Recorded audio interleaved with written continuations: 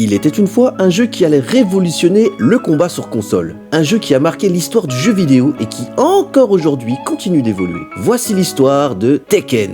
Alors, tout commence en 1994 avec Tekken premier du nom, le premier jeu de combat en 3D de Namco. Il se distingue par ses graphismes polygonaux novateurs et son système de combat unique basé sur 4 boutons, correspondant aux 4 membres du personnage. Malgré une rigidité dans les mouvements, il pose des bases d'une saga légendaire. 2 ans plus tard, en 1996, Tekken 2 élargit encore l'horizon. Il introduit de nouveaux personnages, affine le gameplay et ajoute des coups spéciaux, rendant les affrontements plus stratégiques avec des graphismes améliorés et une fluidité accrue. Tekken 2 conforte Namco dans son ascension vers l'excellence. Et c'est enfin en 1998 que Tekken 3 arrive sur PlayStation 1 et change la donne. Avec son gameplay fluide, ses décors en 3D et son casting légendaire, il devient une référence absolue. C'est un véritable bond technologique par rapport à ses prédécesseurs et avec un système de combat repensé permettant une plus grande fluidité et des mouvements plus naturels. Tekken 3 a révolutionné le jeu de combat grâce à son passage à la véritable 3D, offrant aux joueurs la possibilité de se déplacer latéralement pour esquiver les attaques. Une mécanique qui a changé la dynamique des combats. Le jeu a introduit une physique plus réaliste, des animations fluides et un moteur de collision précis, offrant une expérience beaucoup plus immersive. De plus, il a popularisé les jungles, permettant des combos aériens stratégiques qui sont devenus un standard dans les jeux de combat modernes. Bien sûr, le jeu n'est pas parfait, mais Namco essaye d'apporter une touche inédite avec le mode Tekken Force qui apporte vraiment un affrontement rapide, et tu découvres également le mode Ball, une alternative fun et dynamique. Bon allez, on va pas se le cacher, c'était de la merde, mais on a quand même rigolé dessus. Sous la direction de Katsuhiro Harada, la saga Tekken ne cesse d'évoluer, introduisant des personnages iconiques et des innovations techniques qui vont redéfinir le genre. L'influence de la pop culture est aussi présente dans la création des personnages de Tekken 3. Marshall Law par exemple est directement inspiré de Bruce Lee, reprenant son style de combat explosif et ses cris emblématiques. De son côté, Lei Wulong est une référence claire à Jackie Chan avec ses mouvements fluides et acrobatiques, rappelant les films de kung-fu du maître hongkongais. Ces inspirations ont renforcé l'attachement des joueurs aux personnages et ont contribué à l'authenticité du gameplay. Aujourd'hui en 2025, la légende continue avec Tekken 8. Sorti le 26 janvier sur PlayStation 5, Xbox Series et PC, ce nouvel opus pousse encore plus loin les limites du combat. Avec plus de 2 millions d'exemplaires vendus en un mois, Tekken 8 confirme son statut de référence absolue. Plus qu'un simple jeu, Tekken est une histoire de passion,